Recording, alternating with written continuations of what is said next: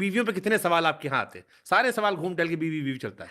एक आया कि शादी हो गई? कहा हाँ। कहा कहाँ से कैसे हुई? कहा पत्नी लाए हैं उड़ीसा से 80,000 में। महाराज जी पूछे 1.5 लाख वाली भी थी? 1.5 लाख वाली ज्यादा चलेगी। अब उन्होंने बात ही हंसी की, तो मैंने भी थोड़ा कहा चलो हंस लेते हैं, सबको हंसा देते हैं। तो ये 1.5 लाख वाले बेहतर होती? 80,000 में ये थी। तो वो बोला कि मैं 80,000 की लाया हूँ पत्नी। तो मैंने कहा भाई 1.5 लाख की भी मिलती है, थोड़ा ब्रांडेड ले आता, लोकल ले आया होगा। तो छोड़ के अब वो कह रहा है कि मेरी पत्नी लाया मैं, हाँ। और इसे प्यार किसी और से हो गया। तो मैंने कहा सस्ती ले आया फिर। जबरदस्त वायरल हुआ था। आपके भी 2 बच्चे हैं ना? हाँ। अब उस पे आज हमको थोक के भाव लोगों ने एक चीज और लिख के भेजी। कहा कि महाराज जी ने कॉन्सेप्ट दिया था कि गाय के गोबर से गेहूं के दाने निकाल कर खिलाओ, हाँ। तो स्त्री गर्भवती हो जाती है। ये कौन सा कॉन्सेप्ट था महाराज जी, मतलब ये वाला? क्योंकि इसमें तो अभी हमने एक आईवीएफ के डॉक्टर का इंटरव्यू किया था, आप उनकी दुकान बंद करवा दोगे ये सही हो गया तो? डर तो इसी बात का है लोगों को कि कहीं दुकानें ना बंद हो जाएं। अच्छा। बाबा का कहना है कि डर तो इसी बात का है कि लोग ये सोचे कि दुकान बंद ना हो जाए। अब आपको क्या लगता है कि इनकी वजह से क्या लोग दुकान पे जाना बंद कर देंगे? वो अपने आप को अंधविश्वासी में फंसा लेंगे। और यहाँ तक आपने वीडियो देखा, ये अभी एक टेलर है, फिल्म अभी बाकी है, तो चलिए फिल्म भी देख लेते हैं। चलेगा, गाय को गेहूं खिलाइए सबसे पहले, और गेहूं जब गाय के पेट में जाएगी और जब वो गोबर के द्वारा बाहर आएगी तो उसको आप साफ करिए, 10 बार पानी से धुलिए उस गेहूं को, फिर सुखाइए, फिर उसको पीसिए, फिर उसकी रोटी बनाइए, फिर उसका भोग लगाइए भगवान जी को। मैंने और गाय चबा ली हो तो? गाय को पहले गेहूं खिलाए, फिर गाय ने गोबर से गोबर किया, फिर गोबर में से गेहूं छांटे, उसे फिर उसको सुखाए, धुले साफ करे कई बार, फिर उसको सुखाया, फिर गेहूं की बढ़िया रोटी बनाई, भोग लगाया भगवान जी को, पाओ। तो धरती माता नहीं शिकायत कर रहे हो कि जब हम सीधे सीधे दिए थे सीधे खा लेते? तो धरती माता नहीं शिकायत कर रहे हो कि जब हम सीधे सीधे दिए थे सीधे खा लेते? सुनते महाराज जी कहते हैं सबसे पहले सूर्योदय कहाँ होता है? तो जहां सूरज सबसे पहले आकर डाले अपना डेरा, वो भारत देश है मेरा। तो हमने तो ये गीत सुना है। हाँ, हमने तो ये गीत सुना है, तो हम तो यही कहेंगे कि भारत में सबसे पहले सूर्योदय होता है। बाकी तो गीत है ना महाराज जी। अरे तो भाई गीत तो फिर गीत लिखा तो ऐसे। वैसे तो हम भी सुने कि हमारा इंडिया का नेशनल गेम हॉकी है, राष्ट्रीय भाषा हिंदी है। अब ये नहीं है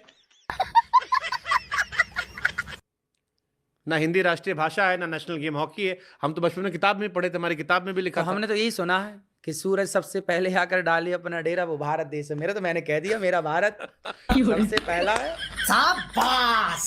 तो कई बार आपको लगता है मतलब कि, या फिर ये भी हंसी मजाक का वो है कि चलो थोड़ा नहीं आपस में मैंने इंटरेक्शन तो ये सुना था कि सूरज सबसे पहले आकर डाले। ये तो गाना हम भी सुने, हम गाए थे स्कूल में। इस गाने के आधार पर मैंने कहा कि भाई जब कहा है तो महापुरुषों ने ठीक ही कहा होगा। गाना बढ़िया। लो जी सुन लो, अब बाबा ना गानों से सीख ले रहे हैं। और कल को बाबा यूं भी कह सकते हैं कि बरसात का मजा अलग ही आता है, क्योंकि एक गाना था आएगा मजा बरसात में। और फिर बाबा ये भी कह सकते हैं कि भीगे होठ तेरे प्यासा दिल मेरा, क्योंकि गाने में कहा तो ये होगा सच। और भैया बाबा का कुछ पता ना, कल को ये भी कह सकते हैं कि तेरी कुर्ती सेक्सी लगती है, कुर्ती सेक्सी। झगड़े शादी के बाद प्यार का इजहार करना सही होता है? बिल्कुल सही होता है। तो अनिरुद्धाचार्य जी ने भाभी जी को आखिरी बार आई लव यू कब बोला था? हम तो बोलते ही रहते हैं। कब बोला और था? कथा में हम सबको बोलते हैं कि आप भी हर दूसरे तीसरे दिन आई लव यू बोलते रहा करो। अच्छा, रिश्ते बेहतर बनाने हैं तो हर दूसरे तीसरे दिन आई लव यू बोलते रहा करो। आपने आखिरी बार कब बोला था? आपने ये नहीं बताया मुझे। हो गए होंगे महीने भर। महीना? दूसरे कह रहे कि आप रोज बोला करो, अपनी वाली को आप कह रहे महीना भर पहले बोले थे। तो ऐसा है ना कि जहाँ झगड़े लड़ाई की ज्यादा संभावना हो वहाँ रोज बोलो। हाँ। दूसरे दिन में बोलो। और अपनी वाली तो लड़ाई झगड़े की संभावना नहीं है। जहाँ अच्छी है वहां मत बोलो। मतलब खराब हो तो वहां रोज बोलो, और अच्छी मिल जाए भी तो ना बोलो। नहीं। तो बोलते रहा करो। ठीक है। आप फंस गए महाराज, इस बार आप भाभी जी कहेंगे रोज बोलना चाहिए। चलिए ठीक है, आप हम आपको रिश्तों में ऐसे ही है ना कि जिसकी ज्यादा उतार चढ़ाव में है उसको तो हर दूसरे तीसरे दिन बोलना चाहिए। चलिए हम आपसे जब दूसरा बिंदास चल रही है। आई लव यू बाद में बुलवाएंगे। आपने कहा था पत्नी को एक गाना सुनाया करो, हाँ कौन सा गाना था? आप बताइए। क्या खूब लगती हो। हाँ भाभी जी सामने बैठी हैं, आपकी आवाज इतनी मधुर है, हम चाहते हैं 4 लाइन आज भाभी जी को डेडिकेट कर दीजिए। हम तो गाते ही रहते हैं। हाँ, तो आज हमने तो सबको आज कहा। आज सामने बैठी हैं, उनको देखिए, मुस्कुरा के बता दीजिए। हम तो कथा में सबको कहते हैं कि ये सब करो। तो हम तो गाने आपसे करवाने गाओ। कह रहे हैं, जो आप कह रहे हैं हम आपकी बात आपसे कह रहे हैं कि उसको करके दिखाइए ताकि हम लोग भी आगे अपनी बीवी गाएं। मुझे कैसे भी करके निकाल मेरे भाई, मैं फंस गया हूँ यहाँ। तो आपकी शादी होगी फिर आप भी मैं गाएंगे? गाऊंगा, कैसे आप सामने गाएंगे? बैठे रहेंगे, आप सुनाएंगे, जैसे सुनाएंगे वैसे गा दूंगा। मैं अभी प्रैक्टिस करूंगा घर जाके, फिर मैं आपको सुन के। तो बोलना चाहिए हम सबको। तो 4 लाइन महाराज जी। क्या खूब लगती हो। क्या खूब लगते हो। उधर हमको, हम तो लगते ही हैं उधर भाभी जी को देखिए। बड़े सुंदर दिखते हो।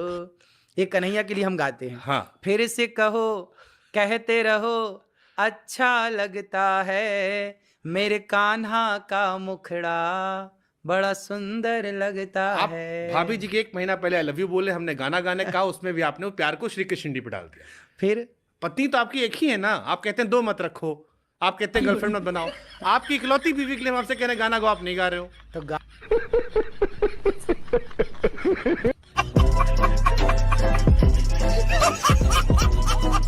तो दोस्तों फाइनली वीडियो का हो चुका है एंड अगर आपको ये वीडियो पसंद आया तो वीडियो को फटाफट से लाइक कर दें एंड चैनल को सब्सक्राइब कर लें, क्योंकि इस तरह की वीडियो इस चैनल पर आपको मिलती रहती हैं। तो नेक्स्ट वीडियो में मिलते हैं, तब तक के लिए टाटा बाय बाय।